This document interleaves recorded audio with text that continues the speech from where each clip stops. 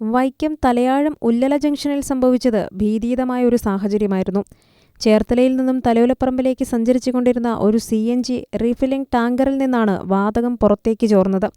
അതീവ സ്ഫോടനാത്മകമായ ഒരു വാതകത്തിന്റെ ചോർച്ച ജനങ്ങൾ തിങ്ങിയുള്ള ഒരു ജംഗ്ഷനിൽ സംഭവിക്കുമ്പോൾ ഉണ്ടാകാവുന്ന ദുരന്തത്തിന്റെ വ്യാപ്തി സങ്കല്പിക്കാവുന്നതിലും അപ്പുറമായിരുന്നു. എന്നാൽ ഡ്രൈവറുടെയും പ്രദേശവാസികളുടെയും ഫയർഫോഴ്സിന്റെയും അവസരോചിതമായ ഇടപെടൽ കാരണം കേരളം സാക്ഷ്യം വഹിക്കേണ്ടിയിരുന്ന ഒരു വലിയ ദുരന്തമാണ് അവിടെ മാറിപ്പോയത്. ഉച്ചസമയത്തെ തിരക്കുകൾക്കൊടുവിൽ ഉല്ലല ജംഗ്ഷൻ സാധാരണ നിലയിലേക്ക് മാറിക്കൊണ്ടിരുന്നപ്പോഴാണ് ടാങ്കർ ലോറി അതുവഴി കടന്നുപോയത്.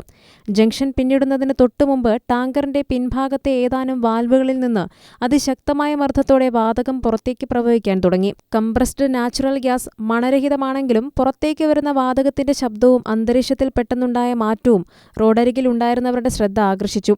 ദ്രവീകരിച്ച അവസ്ഥയിലല്ലെങ്കിലും ഉയർന്ന മർദ്ദത്തിൽ സൂക്ഷിച്ചിരുന്ന ഈ വാതകം ഒരു തീപ്പൊരിയുടെ സാമീപ്യത്തിൽ അതിവേഗം ജ്വലിക്കാനും പൊട്ടിത്തെറിക്കാനും സാധ്യതയുണ്ടായിരുന്നു.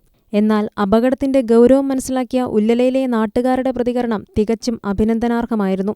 ഒരു നിമിഷം പോലും പാഴാക്കാതെ അവർ കൂട്ടായി മുന്നോട്ടു വന്നു.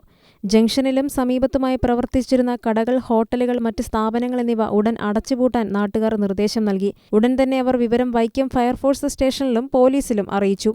ഭീതിദമായ സാഹചര്യത്തിലും ടാങ്കർ ലോറിയുടെ ഡ്രൈവർ കാണിച്ച മനസാന്നിധ്യം എടുത്തുപറയേണ്ടതാണ്. ഡ്രൈവറുടെ ഈ പ്രഥമ ഇടപെടൽ ഫയർഫോഴ്സ് എത്തുന്നതിന് മുമ്പുള്ള സമയം വരെ ചോർച്ചയെ ഒരു പരിധിവരെ നിയന്ത്രിച്ചു നിർത്താൻ സഹായിച്ചു.